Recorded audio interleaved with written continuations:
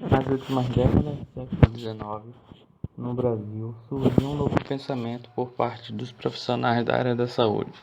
Suas propostas residiam na defesa da saúde pública, na educação e no ensino de novos hábitos higiênicos. Convencionou-se chamá-lo de movimento higienista. O movimento tinha uma ideia central, a de valorizar a população como um bem, como capital, como recurso talvez principal da nação.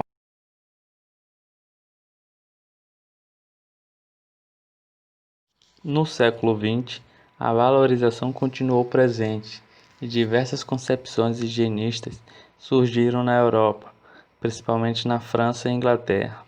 Como tendências lamarquista e galtoniana, o movimento higienista de origem europeia, produto da crescente industrialização na Inglaterra, França e Alemanha, chegou definitivamente ao Brasil no início do século XX, utilizado para ensinar normas, hábitos que colaborariam com o aprimoramento da saúde coletiva do povo e da raça. O movimento higienista na Europa teve como objetivo central a proteção da população. Os higienistas mediavam gerando soluções científicas nos conflitos entre o capital e os trabalhadores, procurando desenvolver a saúde da população trabalhadora, a resistência do trabalhador e melhores condições de trabalho no horizonte do aumento da produtividade ou acumulação das empresas. Vieram No alguns Brasil, problemas. o movimento teve papel Era a semelhante falta no de início, desenvolvimento de um no país início da imenso e industrialização. berço de inúmeras riquezas naturais, comparado aos outros. Alguns intelectuais da época ligavam a falta de desenvolvimento à população negra e indígena. Para alguns intelectuais, melhorar o índios e desenvolvimento do negros país, eram inferiores ao correntes povo do dos outros movimento países. higienista pensaram em estratégias de embranquecimento, como a esterilização dos negros, regulamentação de casamentos, aumento da imigração europeia, sobretudo da Itália e Alemanha. Porém, outra corrente do movimento higienista defendia que a falta de produtividade do brasileiro era culpa do governo, que não cuidava do povo, os deixando sem educação e saúde, passando assim a exigir do governo atitudes construtivas na melhoria das condições de vida da população.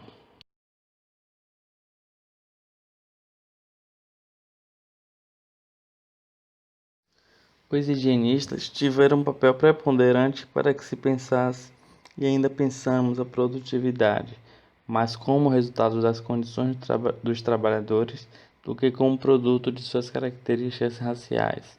Assim, as condições sociais, econômicas e educacionais foram mais significativas que os determinantes raciológicos. No ano de 1930, provocando uma mudança na consciência nacional sobre os problemas brasileiros da população, tendo duas orientações, uma lamarquista e outra galtoniana, sendo essa identificada como teoria racista, pregando a regulamentação de casamentos e esterilização de doentes.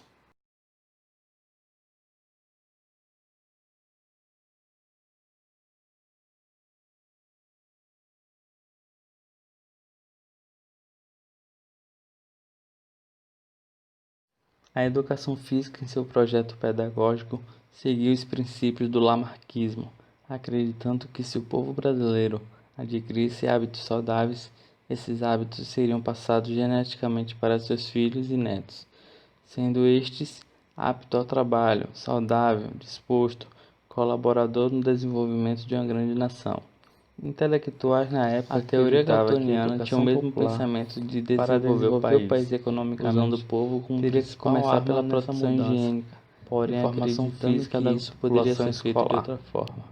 Para os intelectuais galtonianos, caracteres adquiridos como valores educativos, robustez, não eram transmitidos geneticamente. Mas nem por isso a educação física perde o sentido em sua proposta. Porém, lhe foi atribuído outro papel não menos importante, que consistia na integração do físico e do intelectual ou psicológico, na formação do homem integral.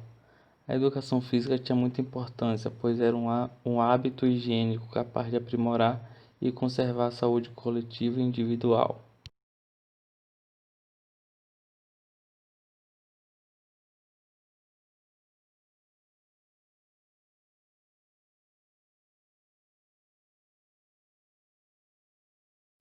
Galtonianos defendiam a existência de uma legislação que regulamentasse o casamento.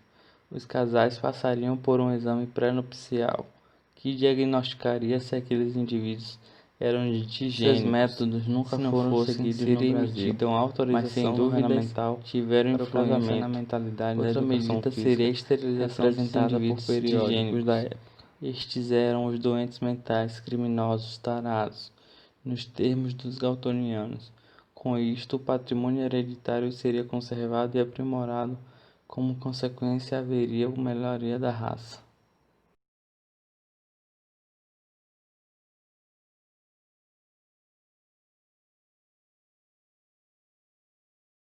Embora os indícios mostrem que a mentalidade higienista optou pela proposta de intervenção social e não por uma proposta racista,